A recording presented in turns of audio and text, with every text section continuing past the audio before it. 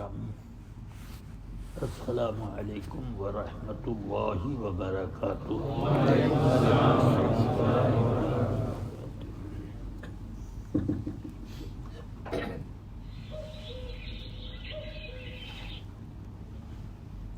الحمد للہ رب العالمین، والصلاة والسلام على سید الانبیاء والمرسلین وعلى آلہ واصحابہ ھداة اقوام الدین اجمعین، اما بعد، اعوذ باللہ من الشیطان الرجیم، بسم اللہ الرحمن الرحیم، شہر رمضان الذی انزل فیہ القرآن ہدی للناس وبینات من الہدی والفرقان، فمن شہد منکم الشہر فلیصمہ، صدق اللہ العظیم۔ درود شریف ایک بار پڑھ لیں۔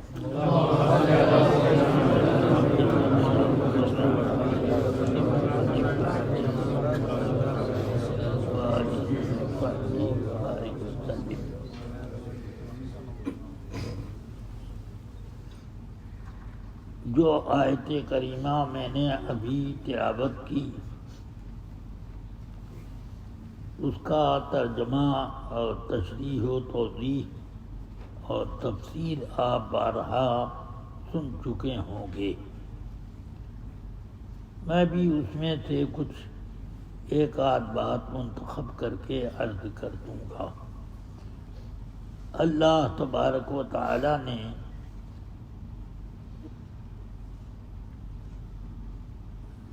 ہم سب پر ماہ رمضان کا روزہ فرض کیا۔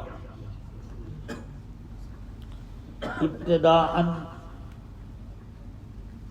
عشرہ محرم الحرام، عشرہ نہیں بلکہ عاشورہ محرم الحرام کا روزہ فرض تھا، مگر آقا کائنات صلی اللہ علیہ وسلم پر جب یہ آیت نازل ہوئی تو وہ روزہ جو عاشورے کا تھا وہ فرض کے بجائے سنت و مستحب ہو گیا، اور روزہ پورے مہینے کا فرض ہوا۔ یہ نہیں فرمایا کہ رمضان کا مہینہ آ جائے تو اس میں روزہ رکھ لو، بلکہ فرمایا من شہد منکم الشہر فلیصم، تم میں سے جو کوئی بھی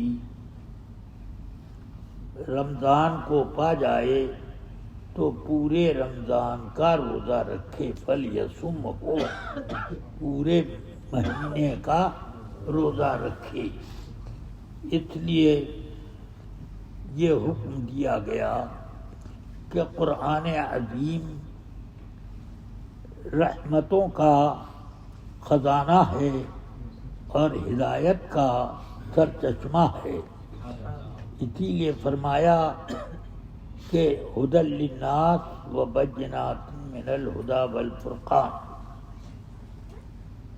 کہ قرآن مجید یہ خزانہ معجزات اور دلائل کا ایک بہت عظیم مجموعہ ہے، اور ہدایت کا سرچشمہ، اور بینات والفرقان، یہ فرمایا کہ حق اور باطل کے درمیان فرق کرنے کی یہ کتاب ہے۔ اس لیے ہم سب کو اس مہینے میں حقانیت کی طرف اپنے آپ کو متوجہ رکھنا چاہیے، اور وہ چیزیں جن سے آدمیوں کو دور رہنے کا حکم دیا گیا اس سے بچے۔ اسی لیے فرمایا والفرقان، کہ یہ حق اور باطل کے درمیان فرق کرتا ہے۔ تو جب اس مہینے میں قرآن نازل ہوا جو حق و باطل کو الگ الگ کر دیتا ہے، تو اس مہینے میں خاص طور سے اس بات کی ٹریننگ ہونی چاہیے کہ آدمی نیکیوں کے ساتھ جٹ جائے اور برائیوں سے بالکل اپنے آپ کو دور رکھے۔ یہ تو اللہ کا کرم ہے کہ اس کام کے لیے اس نے غیبی تائید بھی مقرر کر دی، جیسا کہ رسول پاک صلی اللہ تعالی علیہ وسلم نے ایک جگہ فرمایا کہ جب مہینہ آتا ہے رمضان کا تو شیطان جو آدمیوں کو گمراہ کرتا ہے، گناہوں پر اکسایا کرتا ہے، غلط کاریوں کے جذبات ابھارتا ہے، تو روزہ رکھو اس مہینے میں۔ سمجھ میں آیا؟ تو فرماتے ہیں اس مہینے میں شیطانوں کو بیڑیاں پہنا دی جاتی ہیں، مقید کر دیا جاتا ہے۔ تو اس کا مطلب یہ ہوا کہ اب کوئی بھی شیطان کے بہکاوے سے اس مہینے میں گناہ نہ کرے گا، بلکہ خود شیطانی صفات سے متصف ہو تب کرے گا یہ گناہ۔ اسی لیے رسول پاک سیدِ کائنات صلی اللہ علیہ وسلم فرماتے ہیں کہ من صام، جس شخص نے روزہ رکھا، ولم ینتہی اما نہی اللہ عنہ، جن چیزوں سے اللہ نے منع کیا ہے اس سے باز نہ آیا، فلا حاجت للہ الی ترک طعامہ و شرابہ، تو اللہ کو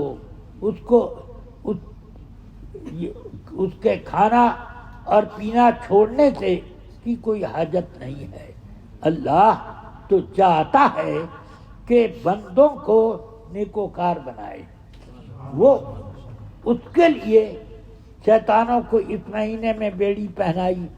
خاص طور سے اب آپ کا دل شیطان کے بہکاوے میں نہیں آئے گا، بلکہ شیطان نے اگر اس کو اپنا نمونہ بنا دیا ہو دل کو، تب ہی وہ گناہ کرے گا۔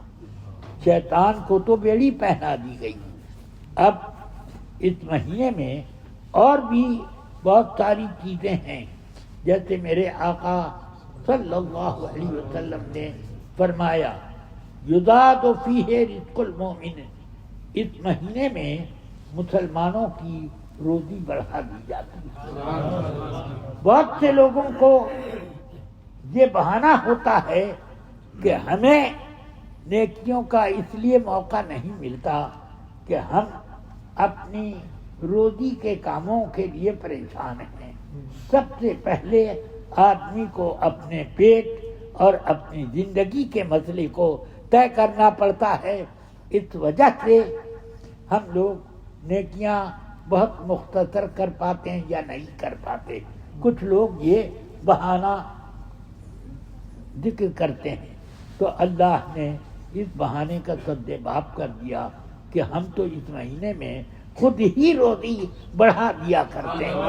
تمہاری جدوجہد سے روزی اس رمضان کے مہینے میں متعلق نہیں رہتی ہے، اس کے اوپر ڈپینڈ نہیں کرتی ہے، بلکہ اللہ کی رحمتوں سے مل جاتی ہے اور بہت ملتی ہے۔ سال بھر میں جو کھانے کو نہیں ملتا وہ کھا لیتے ہیں آپ رمضان میں۔ سال بھر میں جو آپ کو صدقہ خیرات کرنے کی ہمت نہیں ہوتی، اس میں شوق خود پیدا ہوتا ہے۔ سال بھر میں آپ کو خود اچھے کپڑے پہننے اور لوگوں کو اچھے کپڑے پہنانے کا شوق نہیں پیدا ہوتا، رمضان میں یہ حاجتیں اللہ پورا کرنے کے لیے اسباب عطا فرما دیتا ہے۔ اس لیے اب یہاں یہ رمضان کا مہینہ آتا ہے تو نیکیوں کا مطالبہ کرتا ہے، اور اللہ نیکیوں کے لیے آدمیوں کو مدد فراہم کرتا ہے کہ لوگ تمہاری روزی بڑھا دی، تمہارے لیے رحمت کا دروازہ کھول دیا، تمہارے لیے جنت کی بہاریں آ رہی ہیں، اس لیے اس مہینے میں یہ نیکیاں کیا کرو۔ کیونکہ روزہ اس لیے فرض نہیں ہوا کہ آدمی بھوک اور پیاس مسلط کرے اور بس یوں ہی اللہ کو راضی کرنے کا راستہ بنائے، مگر نہیں، بلکہ اللہ کی رضا حاصل کرنے کے لیے آدمی کو تقویٰ، پرہیزگاری، ایمان کی پختگی، یہ سب چیزیں ہونی چاہیے۔ اس وجہ سے اللہ تعالی نے رمضان کا روزہ فرض کیا کہ یہ مہینہ اللہ کی رحمتوں کا مہینہ ہے۔ اولہ رحمہ، اس کی شروع رحمت سے ہوتی ہے، شروعات رحمت سے ہوتی ہے، وَأَوْسَطُهُ مغفرۃ، اور پہلی تاریخ سے لے کر بیچ میں جتنا آخری تاریخ کے پڑا سب کا سب یہ کیا ہے؟ اللہ کی طرف سے مغفرت کا پروانہ بٹ رہا ہے، اور جب آخری تاریخ آ جائے تو عتق من النیران، عتق من النار، جہنم سے آزادی کا پروانہ دے دیا جاتا، لو تم چھوڑ دیے گئے، تمہیں آزاد کر دیا گیا۔ گویا کہ ایک مجرم جب پروانہ آزادی پاتا ہے کہ جیل سے رہائی کا اس کو لیٹر مل گیا، تو وہ خوشیوں سے اس درجے میں ہوتا ہے کہ پاگل جیسا ہو جائے کہ میں تو سمجھ رہا تھا کہ میری سزا زندگی بھر کی ہے، اور آج یہ پروانہ مجھے مل گیا، اور اس کی وجہ سے وہ خوب خوشی مناتا ہے۔ اور رمضان کا مہینہ وہ ہے کہ جب اس پورے مہینے میں آپ نے اللہ کی رضا جوئی کی تو اخیر میں اللہ تعالی آپ کو وہ سرٹیفکیٹ دے دیتا ہے کہ جہنم سے بالکل دور ہو گئے اور جنت تمہارے لیے کھڑی انتظار میں۔ اس لیے روزہ رکھوایا گیا، اللہ نے صرف اپنی عبادت کے لیے نہیں بلکہ رمضان مبارک بندوں کی عظمت بڑھانے کے لیے، بندوں کو چمکانے کے لیے، بندوں کو نکھارنے کے لیے یہ مہینہ دیا گیا۔ اسی لیے اس مہینے میں شیطانوں کو بند کیا گیا، جنت کے دروازے کھولے گئے، جہنم کے دروازے بند کر کے یہ بتا دیا گیا کہ جو اس مہینے کے حقوق ادا کرے گا اس کے لیے جہنم کا دروازہ بند ہے۔ آیا تو اس لیے جو بچا ہے اس کی قدر کرو، اور اس لیے کہ آقا کائنات نے فرمایا ہے انما العبرۃ بالخواتیم، کہ آدمی کے خواتین یعنی آخر کے عمل کا اعتبار ہوتا ہے۔ تو اگر پورے رمضان میں آپ شروع میں خوب نیکیاں کرتے رہے اور اخیر میں گناہوں کا ڈھیر جمع کرنے لگے تو وہ سب کیا ہوا آپ کو بچا نہیں پائے گا۔ سمجھ میں آئی بات؟ آخر میں آپ نے کیا گڑبڑی مچائی؟ اب پروانہ آزادی لینا ہے تو اخیر کو اور زیادہ بہتر سے بہتر بناؤ تاکہ اللہ اپنی رضا سے تمہیں خوب نوازے۔ اس لیے آقا کائنات صلی اللہ تعالی علیہ وسلم یہ بھی فرماتے ہیں فیہ لیلۃ خیر من الف شہر، اس مہینے میں ایک ایسی رات آتی ہے کہ 1000 راتوں سے بہتر ہے. اب وہ رات معلوم نہیں. رسول پاک صلی اللہ علیہ وسلم نے اس رات کو تلاش کرنے کے لیے صحابہ کرام سے کہا آؤ میرے ساتھ اعتکاف میں بیٹھو اور لیلۃ القدر کی تلاش کرو. 10 روز گزر گئے تو مسجد سے باہر ہوئے, فرمایا سنو اس میں لیلۃ القدر نہیں پڑی. پھر گزر گئے, فرمایا کہ آؤ. پھر اب 20 تاریخ تک 10 روز کا اور اعتکاف کیا. باہر آئے, فرمایا کہ اس میں بھی نہیں پڑی. آؤ اعتکاف کے لیے. میں نے خواب میں یہ دیکھا ہے کہ لیلۃ القدر کی صبح کو میں پانی اور کیچڑ کے بیچ میں سجدہ کر رہا ہوں. یعنی صبح کی نماز میں جو سجدہ کر رہا ہوں وہ کیچڑ میں کر رہا ہوں. ہاں کیچڑ جانتے ہیں نا, مٹی جب وہ پانی ملا کے ڈھیلی کر دی جائے تو اس میں سجدہ کرنے سے یہ پیشانی پر, ناک پر, ہاتھ پر سب پر مٹی لگے گی کہ نہیں؟ یہ سب لگے گی. تو فرماتے ہیں اس میں سجدہ کر رہا ہوں.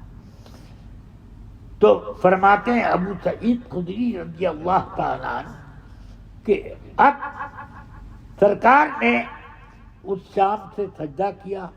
رات کو خوب بارش ہوئی اور جب فجر کی نماز سے رسول پاک نے سلام پھیرا تو میں نے دیکھا کہ پیشانی مبارک اور ناک شریف پر کیچڑ لگی ہوئی. جو قسم کھا کے کہتے تھے کہ خدا کی قسم شب قدر 21ویں رات کو پڑتی ہے. تو اور دوسرے علماء کہتے ہیں اس سال 21ویں تاریخ کو پڑی تھی. یہ نہیں ہے کہ ہر سال 21ویں ہی کو پڑے. کیوں کہ رسول پاک نے اس روز کی نماز تو پڑھ لی مگر اس تاریخ کے بعد اعتکاف اپنا ختم نہیں کیا بلکہ اخیر تک اعتکاف جاری رکھا. اور چاند کی رویت ہونے کے بعد آپ باہر آئے. اس کا مطلب یہ ہوا کہ رسول پاک اشارہ فرما رہے ہیں کہ پہلی تاریخ سے لے کر آخری تاریخ تک کہیں بھی شب قدر پڑ جاتی ہے. اس لیے ہر رات کو اپنی زندگی کی بہترین رات بناؤ اور اس سے اپنے آپ کو اللہ سے قریب تر کرو. اور اس میں بھی یہ بھی اشارہ ہے کہ ہر رات میں عبادت کرنے کی نیت یہی باندھو کہ آج شب قدر ہے, آج شب قدر ہے.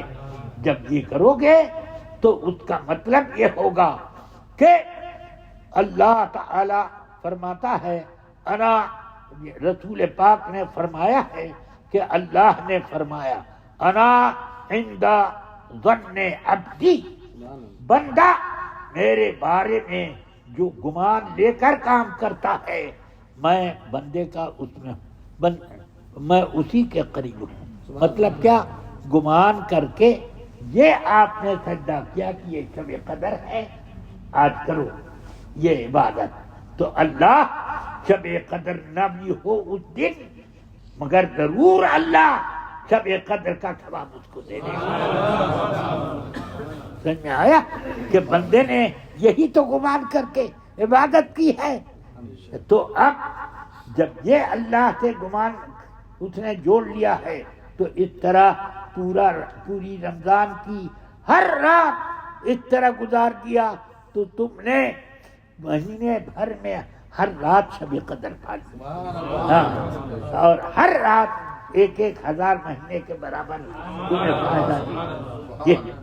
اس لیے آدمی کو اللہ تبارک و تعالی سے خوب حسن ظن رکھ کر اپنے آپ کو عبادت میں اور گناہوں سے بچنے میں منہمک رہنا چاہیے. تو جو حدیث میں نے بتائی تھی کہ رسول پاک صلی اللہ علیہ وسلم نے فرمایا من صام ولم ينتهي مما نهى الله عنه، جس نے روزہ رکھا اور اللہ کے روکے ہوئے کاموں سے وہ بچا نہیں، فلا حاجت للہ الا ترک طعامی و شرابی، اللہ کو کوئی ضرورت نہیں ہے، کوئی حاجت نہیں ہے کہ وہ کھانا پینا بند کرے وہ آدمی. کیوں؟ اس لیے کہ وہ آدمیوں پر روزہ اللہ تعالیٰ نے ڈپوزٹ کرنے کی درست کرنے کے لیے نہیں کیا ہے کہ اس مہینے میں روزہ رکھو گے تو جو خزانے میں روزی کا راستہ ہے وہ بحال ہو جائے اور ڈپوزٹ درست ہو جائے. یہ نہیں، اللہ کا خزانہ تو اتنا بڑا ہے. سرکار نے فرمایا کہ جب سے اللہ نے دنیا پیدا کی اور جب تک یہ دنیا رہے گی، اس بیچ میں اللہ نے ساری مخلوقات پر جتنا خرچ کیا ہے اس خرچ سے اللہ کے خزانے میں ایک دانہ گھٹا نہیں. کتنا بڑا خزانہ ہے اس کا، کتنا بڑا اس کا خزانہ ہے، اندازہ کرو. دنیا کی کیا معلوم کتنی لمبی عمر کب سے کب تک، اور اس میں اللہ نے خرچ صرف انسانوں پر نہیں کیا، جانوروں پر نہیں صرف کیا، کیڑے مکوڑوں پر نہیں خرچ کیا. اللہ تعالی نے پودوں کو روزی دی تو وہ پودے بڑھے، وہ درخت بن گئے. اسی طرح گھاس پھوس ساری کائنات کیا ہے؟ اللہ کا رزق پا رہی ہے، سب کو رزق مل رہا ہے، اور اللہ کے خزانے میں پھر بھی ایک دانہ کم نہ ہوا. تو اس کا کتنا بڑا خزانہ. تو روزہ اس لیے نہیں کرایا گیا جیسے حکومتیں کہتی ہیں ہفتے میں ایک روز گوشت بند، تاکہ گوشت کی ڈپوزٹ جو ہے وہ بحال رہے. ہاں، تو ایک میں نے بنگال میں دیکھا کہ وہاں کی حکومت نے اعلان کیا کہ جمعرات کے روز سب لوگ بجائے چاول کھانے کے روٹی کھائیں، کیونکہ چاول کم ہوتا جا رہا ہے. تو ہفتے میں ایک روز تم اگر اس کو چھوڑو گے تو خزانہ جو ہے وہ درست ہوگا. تو حکومتوں کا خزانہ تو کم بند ہو سکتا ہے، کم ہو سکتا ہے، مگر رزاق حکومت نہیں ہے، رزاق رب العالمین ہے. اس کے خزانے میں کبھی نہیں کمی ہوتی ہے، بلکہ جو چیز جتنی زیادہ خرچ ہوتی ہے اتنے ہی اس کے خزانے سے زیادہ آتی. آئی بات؟ ہاں، آپ ذرا سوچئے کہ اور اتنا ہی آسان ہوتا ہے. سب سے زیادہ ضروری روزیوں میں، یعنی جان بچانے کی روزی میں سب سے زیادہ ضروری کیا چیز ہے بتائیے؟ یہ سانس کے لیے ہوا ہے. کئی روپے میں یہ ہوا 1 منٹ کے لیے آپ کو ملتی ہے؟ کتنا پیسہ لگتا ہے؟ اللہ نے فری فنڈ میں یہ دیا. اس کے بعد سب سے زیادہ ضروری پانی کتنا سستا ہے، سمجھ گیا آپ؟ جب بارش ہوتی ہے تو کیا اس کے ساتھ اللہ کی طرف سے کوئی رسید لے کے آتا ہے کہ کس کے گھر میں کتنی بارش ہوئی، پیسہ اس کا تو کچھ نہیں، خزانہ آ رہا ہے مفت میں. یہ کتنی آسان اور ضروری چیز. ہوا سب سے زیادہ، اس کے بعد پانی، سمجھ گئے؟ اور اس کے بعد پھر کھانے پینے کی دوسری چیزیں. اسی طرح کپڑے لتے میں بھی مختلف چیزیں، مختلف درجے، یہ سب کاموں میں دیکھتے ہیں. تو اس میں آپ اندازہ کرو کہ اللہ تعالی نے جس چیز کو جتنا زیادہ ہماری زندگی کے لیے ضروری بنایا ہے اتنے ہی زیادہ وہ سستی اور مفت ہوتی ہے. سمجھ میں آیا؟ ہاں؟ تو اس لیے اب آپ کو اس کا شکریہ ادا کرنا چاہیے. سال بھر نہیں، ہر سانس میں شکریہ ادا کرنا چاہیے. مگر اللہ کا یہ بہت بڑا کرم ہے کہ اگر آپ نے رمضان ہی میں یہ ایک ایک سانس کا شکریہ ادا کر دیا تو بہت بڑی نیکی کا اللہ مرتبے عطا فرمائے گا. اس ایک مہینے میں آدمی کو ٹریننگ دی جاتی ہے اور اس کی برکت 11 مہینے تک آدمی کی. اس لیے اس برکت کے حاصل کرنے کے لیے یہ کام کرتے رہو. اللہ فیض عطا فرمائے. اب یہ تو میں نے اپنے جسمانی ضرورت کے اعتبار سے آپ کو بتایا کہ سب سے زیادہ ضروری ہوا ہے. سمجھ میں آئی بات؟ یہ جسمانی ضرورت کے اعتبار سے، اور یہ سب سے زیادہ سستی ہے. سمجھ میں آیا؟ مگر روحانی طور پر سب سے زیادہ ضروری ایمان ہے. ایمان کے برابر کوئی بھی کام نہیں ہو سکتا. نہ نماز، نہ روزہ، نہ حج، نہ زکوٰۃ، نہ اور کوئی نیکی. اس ایمان کے بغیر کوئی نیکی بھی نیکی نہیں. سمجھ میں آیا؟ آدمی ایمان لانے کے بجائے ایمان تو نہ لائے، نماز پڑھے، روزہ رکھے، حج کرے، زکوٰۃ دے، عمرہ کرے، یہ کرے وہ کرے، تو کوئی چیز ہوئی؟ کچھ بھی نہیں ہوا. ایک طرح کی ایکسرسائز ہو گئی بس. یہ اس کے علاوہ کچھ نہیں ملا. مگر ایمان ہے تو اب نماز پڑھو تو نماز ایمان یہ ایسے ہی ہے، بلکہ اس سے بھی زیادہ اہم کہ نماز جیسے بے وضو اگر کوئی آدمی خوب سجدے کرے اور رکوع کرے، قیام کرے، قرأت کرے، یہ کرے وہ کرے، تو کیا بے وضو آدمی کا یہ سب کرنا نماز ہوا؟ نہیں ہو سکا. اس کے لیے شرط ہے وضو. تو اسی طرح ہر نیکی کے لیے ایمان شرط ہے، اس سے بھی زیادہ، وضو سے بھی زیادہ. کیونکہ وضو کسی وقت آدمی کے لیے معاف بھی ہو جاتا ہے، اس کی جگہ تیمم کر لے. ہوتا ہے نا، اتنی آسانی ہوتی ہے.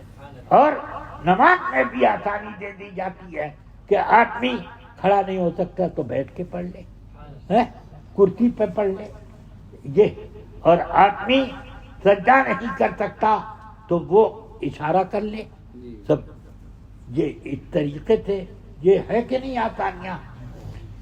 تو یہ آسانی ہوتی ہے.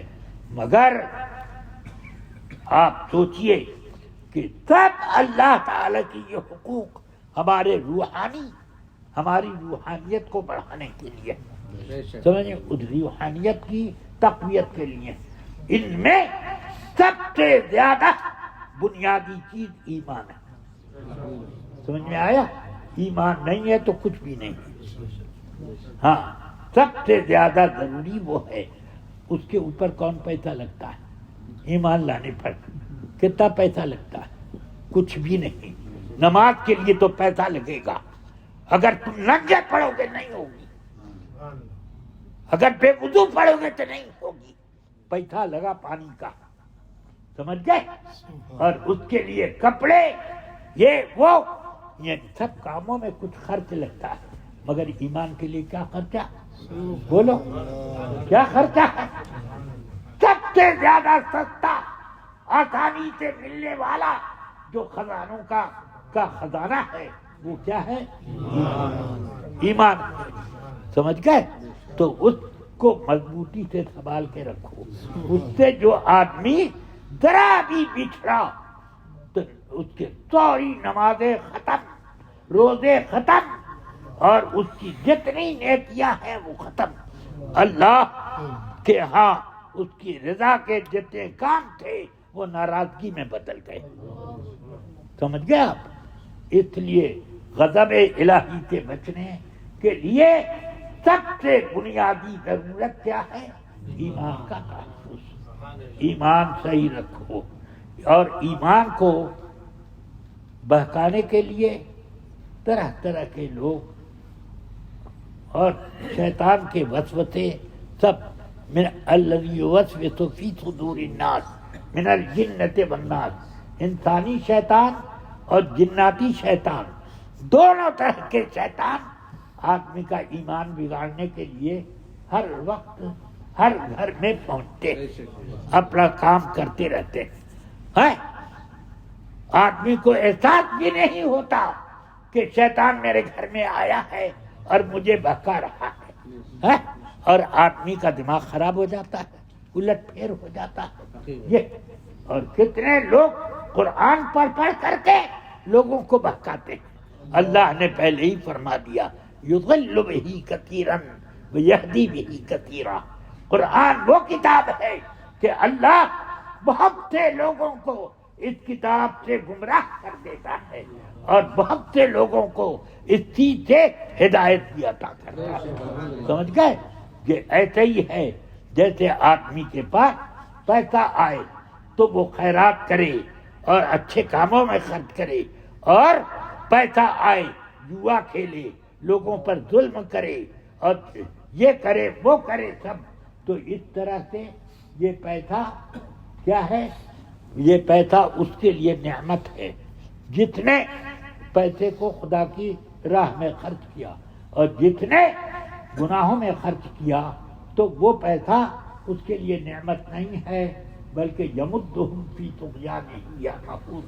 اللہ تعالی سرکشی کے لیے رسی ڈھیل دے رہا ہے۔ لو تو اسی لیے آقا کائنات صلی اللہ علیہ وسلم نے فرمایا کہ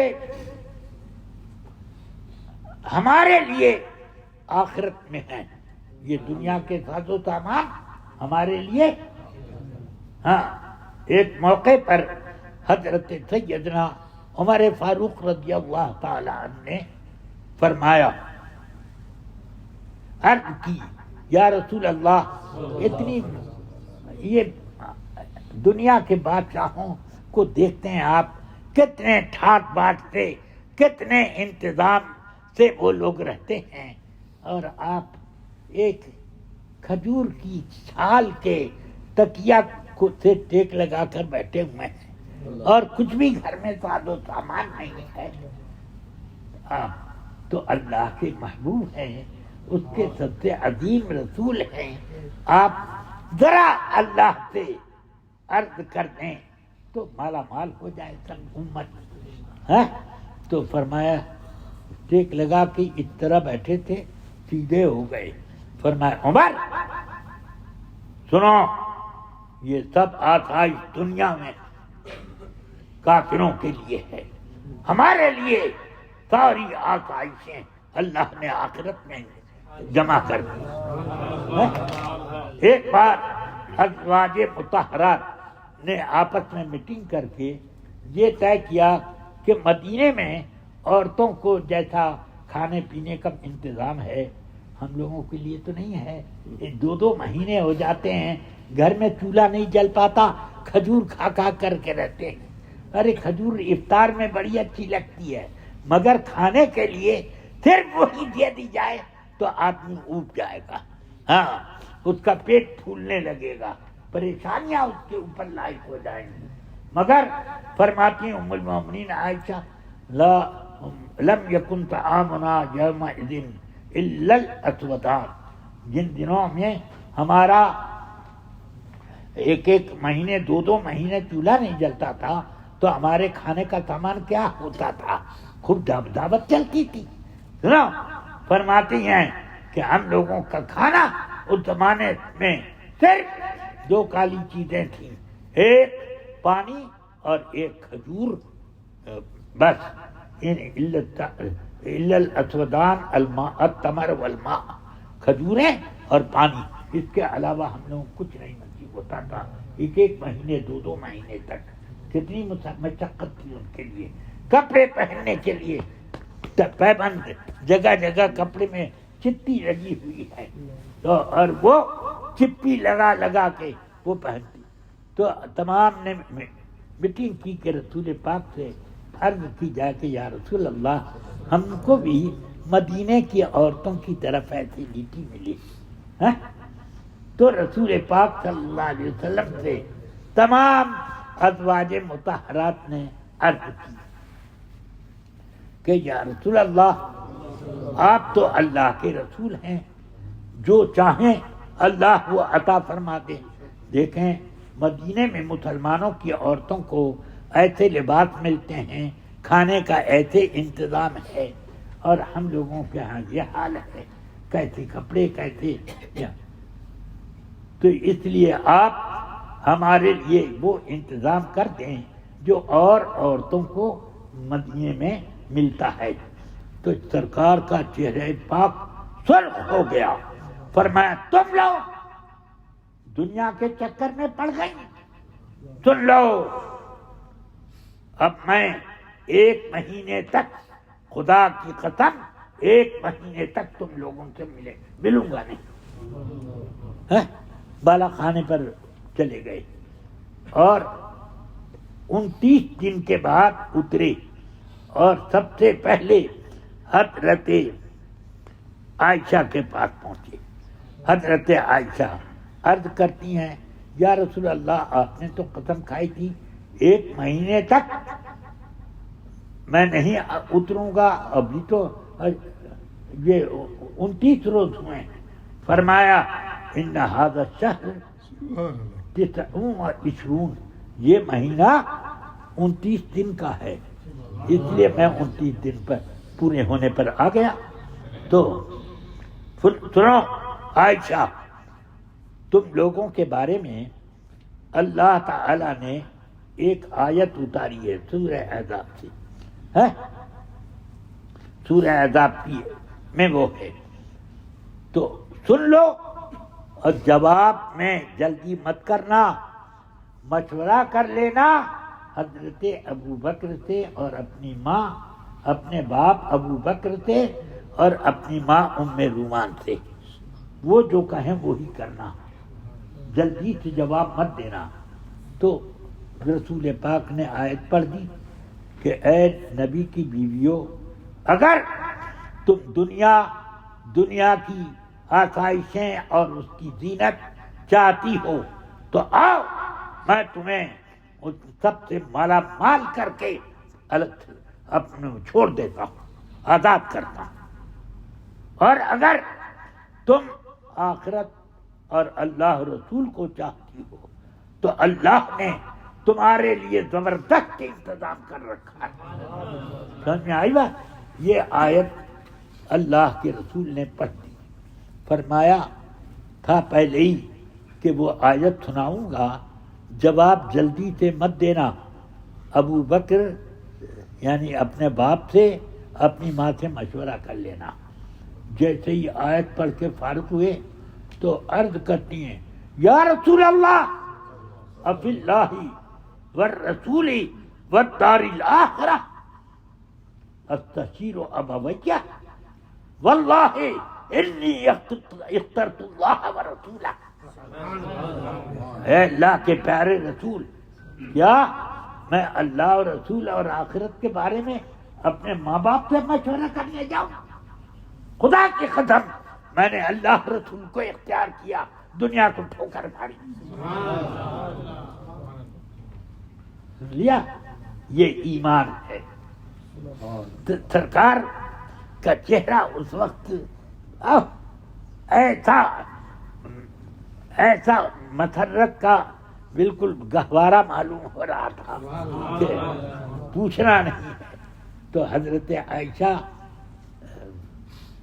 نے جب یہ جواب دیا تو اس کے جب دیکھا کہ سرکار بہت خوش ہو گئے تو فرمایا، عرض کرتی ہیں یا رسول اللہ یہ آیت کسی اور کو بھی سنائی ہے یا مجھے سے پہلے؟ فرمایا سب سے پہلے تمہارے ہی پاس آیا، کسی اور کو میں نے نہیں سنائی. تو یا رسول اللہ میرا جواب کسی کو مت بتائیے گا، میرا جواب کسی کو مت بتائیے گا.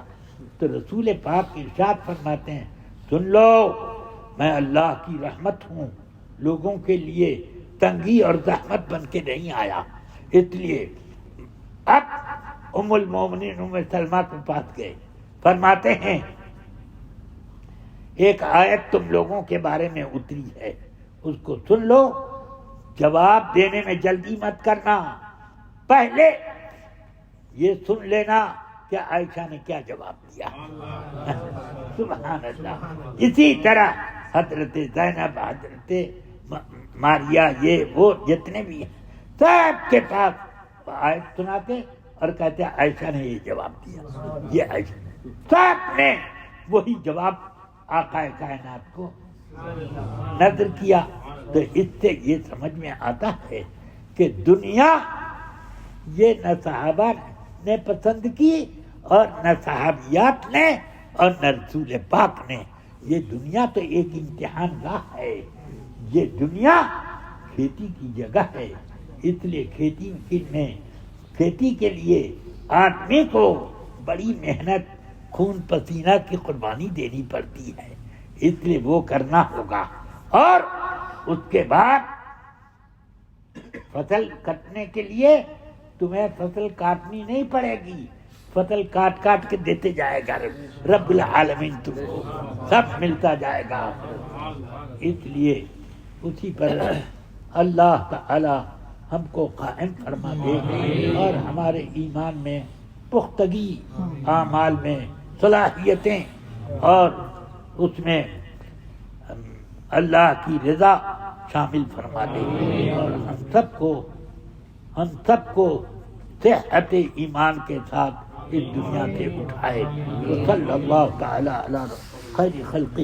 اور یہ یاد رکھیے کہ اس زمانے میں ایک شخصیت ہے اعلی حضرت کی، جو ان کو مان لے اور محبت کرے، اس کے ایمان کو کوئی چور نہیں چوری کر سکتا، کوئی شیطان بگاڑ نہیں سکتا۔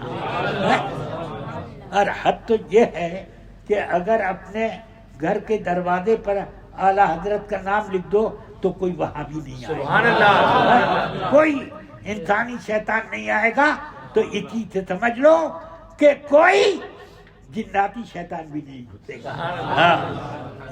جس کے دروازے پر لکھا ہوا ہو امام احمد رضا کا نام مبارک، تو اس دروازے میں نہ آصف آئے گا، نہ جادو آئے گا، نہ یہ نہ وہ، سب اللہ کی برکتوں کا خزانہ آئے گا۔ سمجھے؟ تو یہ اپنے دل کے پھاٹک پر لکھ لو وہی نام، انشاءاللہ کوئی تمہیں گمراہ نہیں کر سکتا۔ صلی اللہ تعالی علی النبی الکریم وآلہ وصحبہ اجمعین برحمتک یا ارحم الراحمین۔